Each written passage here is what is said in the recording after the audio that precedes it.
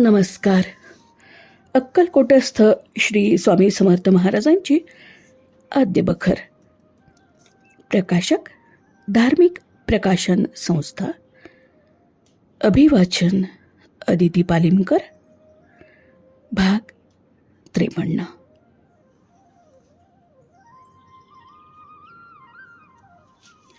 श्री स्वामी समर्थ. जय जय स्वामी समर्थ. श्री स्वामी समर्थ. दर्शन घेऊन उभयंता वडाच्या आड बसली होते. तेव्हा धोतर हुडकण्यास यास ठेवून घेतला होता म्हणून महाराज म्हणाले आणि कावरे बावरे होऊन उठून काकूबाईंकडे गेले. कोणाचा माल घेतला, सोडा सोडा असे म्हणून दादास ओढू लागले. इतके दिवस चोरून ठेवलेला होतास, आमचा आम्हाला दे असं म्हणून दादास महाराजांनी ओढलं. दादा काकूबाईंच्या कमरेला मिठी मारून रडू लागले. महाराजांच्या या शब्दांवरून काकूबाईंना वाटलं की पाऱ्याची वीट लपवून ठेवली, मोरपाखरू वगैरे महाराज म्हणत ते दादास उद्देशून असावे. तथापि एवढ्या लहान लेकरास महाराज गोसावी बनवतील असं तिसला अजूनही वाटलं नव्हतं. महाराजांनी दादांना आपल्याजवळ नेऊन बसवलं आणि तसं सन्मान केला. पुढे काकूबाईंच्या नकळत महाराजांनी दादास आपल्याजवळ बसवलं आणि मुंबईकर मंडळीस सांगितलं की यास मुंबईला नेऊन गादीचा धनी करा. मंडळींनी दादास मुंबईस नेऊन ब्रह्मचारी बुवांच्या स्वाधीन केलं आणि महाराजांची आज्ञा निवेदन केली. ब्रह्मचारी बुवांनी पुष्कळ खटपट केली, पण दादा जरी वयाने लहान होता तरी गोसावी बनण्याची गोष्ट काढली म्हणजे साफ नाही म्हणे. त्यामुळे बुवांचं काही चालेना. इकडे अक्कलकोटाला काकूबाई दादाजवळ काळजी वाहत होत्या. महाराज, लेकरू रडत रडत गेलाय, त्याला परत आणू का म्हणून बाईनं एक दिवस महाराजांना विचारलं. तेव्हा महाराज रागावून म्हणाले, कोणतं लेकरू म्हणतेस? कोण तुझं लेकरू? आम्ही त्यास बांधलाय. हे ऐकून काकूबाईस भीती पडली की महाराज बाबूस बोवा करतील. इकडे ब्रह्मचारी बुवांनी 1 महिनाभर हवे तितके श्रम घेतले, पण दादा काही दीक्षा घेईना. तेव्हा त्यांनी विचार केला की टाळकरी मंडळींबरोबर दादास अक्कलकोटाला पाठवावे, मग तिथे महाराज पाहिजेत ते करोत. भजनवाली मंडळी दादांसह अक्कलकोटाला आली. महाराज चिटणीसांच्या वाड्यात होते. संध्याकाळचा वेळ होता. दादांच्या हाती तंबुरी होती. श्री स्वामी महाराज की जय म्हणून मंडळींनी जयघोष करून महाराजांपुढे भजन करत उभे राहिले. महाराज भुजंगास म्हणाले, फिरंगी वाघाच्या कातड्यावर त्यास उभा करा, त्याच्या गळात माळ घाला, हे खेटर घेऊन त्याच्या डोकीवर ठेवा असं म्हणून पायातील जोडे महाराजांनी फेकले. आज्ञेप्रमाणे भुजंगाने सर्व केले. 2 चौऱ्या आणण्यास सांगून त्या आपण स्वतः दादांवर वारू लागले. आता मात्र काकूबाईंची खात्री झाली की महाराज दादास खास बैरागी करतात. तिला फार वाईट वाटलं. ती महाराजांना म्हणाली, पायातील खेटर पैजार उचलणार असा दादा असून असं उरफाट कसं करता? महाराज म्हणाले, तुला बघवत नाही, घाला रे कोंडुनीला. मग मोरचेल आणून तेही वारू घातले. पंखा घेऊन महाराज दादास वारं घालू लागले. माझा हरिबा लहान झाला, माझा मारुती लहान आहे, असो आम्ही त्यास बुद्धी देऊ असं महाराज म्हणू लागले. काकूबाईंच्या पोटात धडकी भरली. दर्शन घेऊन सर्व मंडळी गेली तेव्हा दादास एका बाजूस नेऊन काकूबाई विचारू लागल्या, तुला कुणी रे रंगवले, कुणी नाचवले? असे चाळे करू नये. आपण लवकरच कोकणात जाऊन संसार करून राहू. या उपदेशाच्या गोष्टी दादास रुचेनात. महाराजांच्या पादुका मस्तकावर पडल्यापासून त्याची बुद्धी फिरली. दादा उलट्या काकूबाईस शिकवणीच्या गोष्टी सांगू लागल्या. मला एकट्यास 6 वर्षांचा कोकणात टाकून आलीस तेव्हा नाही केम्मण असं वाटलं. आता मी साफ तुझा नाही. महाराज माझे आणि मी महाराजांचा. आता मात्र काकूबाईंची कंबर अगदी खचली.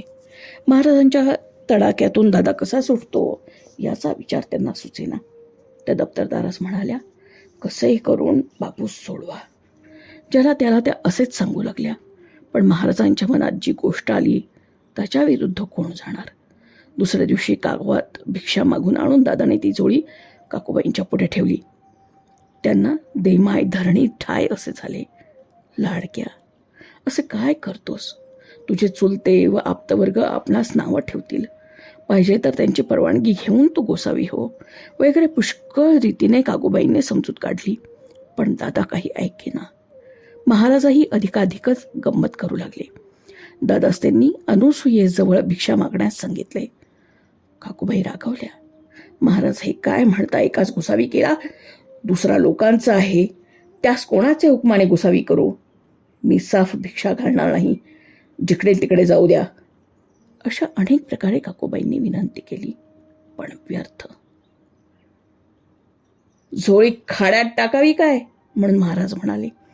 तेव्हा काकूबाई म्हणाल्या, खाड्यात टाका किंवा वाटेल ते करा, मी साफ गोसावी करू देणार नाही. स्वामी सुताकरिता वाटेल ते केले, त्यास गोसावी बनवून शेवटी नाहीसाही केला. आता मी आपल्या बाळाला देणार नाही, असा काकूबाईने हट्ट मांडला. महाराज तिचे देवाचे देव, ते तिला कशाची दाद देईनात. महाराज रागावून म्हणाले, टाका खोलीत, घाला खोड्यात, पाहावे ना रगत भरले डोळ्यात, कौतुक तिच्यानं पाहावे ना ठोका बेड्या. काकूबाई रडू लागल्या. दादाच्या अंगावरील भिकबाळी, कडी तोडी वगैरे दागिने महाराजांनी काढवले. महाराजांनी स्वतः दादास कॉपी नेसवली. इकडे काकूबाई उशीर बडवून घेऊ लागल्या. त्यांनी डोके फोडून घेतले, नाकातोंडातून रक्त वाहू लागले. त्यांच्या डोक्यास अद्यापही जखमेच्या खुणा आहेत. महाराजांपुढे त्यांचं काय चालते? शिवबाई व सुंदराबाई महाराजांच्या प्रीतीतल्या होत्या. त्यास काकूबाईंनी विनंती केली की महाराजांना 2 गोष्टी सांगून दादास सोडून देतील अशी काही तजवीज करावी. त्यास करुणा येऊन प्रथम शिवबाऊ महाराजांजवळ जाऊन विनंती करू लागले. महाराज, तिचे लेकरू लहान आहे, त्यास कॉपीन कशी नेसवली? महाराज खेटर घेऊन तिच्या मागेला मारण्यास धावले आणि वाटेल तशा शिव्या देऊ लागले. अर्थातच सुंदराबाईच्याने गोष्ट काढवली नाही. घटकाभराने महाराज थंड झाले. तेव्हा श्रीपाद भटाने हळूच गोष्ट काढली. महाराज, हे कसे होणार? महाराज म्हणाले, जळता पाय मागे ओढावर झाली गोष्ट ती फिरवायची नाही, धोंड्यावर रेख ओढून ठेव. मग कोणी काही बोललं नाही. पुढे महाराजांनी दादास मांडीवर आडवा घेऊन कुरवाळलं, तसे कान फुंकले. नाना तऱ्हेने त्यास खेळवले. काकूबाईस बोलवणे धाडून तिच्या पायावर त्याचकडून डोके ठेवले.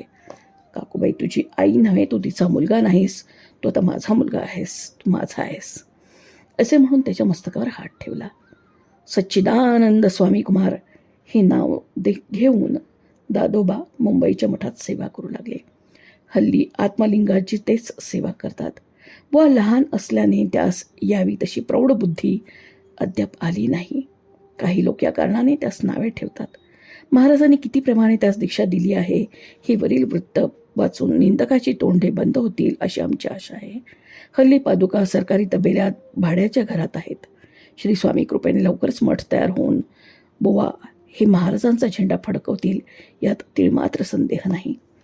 श्री स्वामी समर्थ. जय जय स्वामी समर्थ. श्री गुरु स्वामी समर्थ. जय जय स्वामी समर्थ.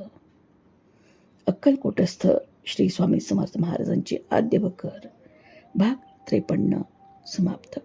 क्रमशः. धन्यवाद.